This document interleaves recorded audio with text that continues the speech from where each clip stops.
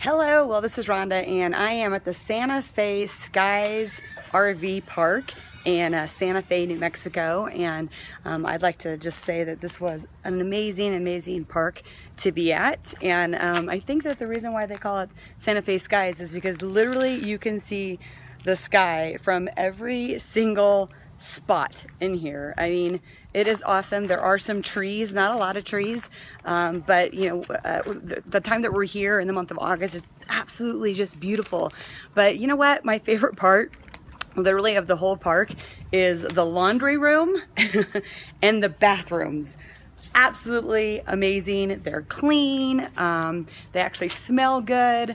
I mean, there was no dirt at all. I don't know if I just, you know, came in the two different times that I used them, that maybe they had just cleaned them. I don't know, but they were awesome. It's the price here is very reasonable for a full hookup, and it's been really busy. So obviously, if you're near Santa Fe, New Mexico, or Albuquerque, this is definitely the place to go. And they can accommodate big rigs. And what I mean by that is, we met a couple last night, Liz and Gary, who are professional photographers for the Petrified Forest and all over the world, literally.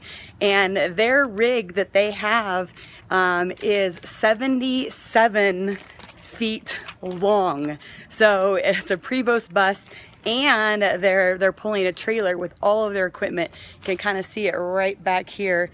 There it is. It's absolutely crazy. Amazing couple that we got to meet here. But what I'd have to say about this park is that it was clean, it was quiet, everybody was very friendly. We came in late, they had everything ready for us on a piece of paper, and they allowed us to pay the next day. So that was really cool too. Absolutely no issues with dogs, because we have 3 dogs. We didn't have to pay extra for that like we do or have to at other parks.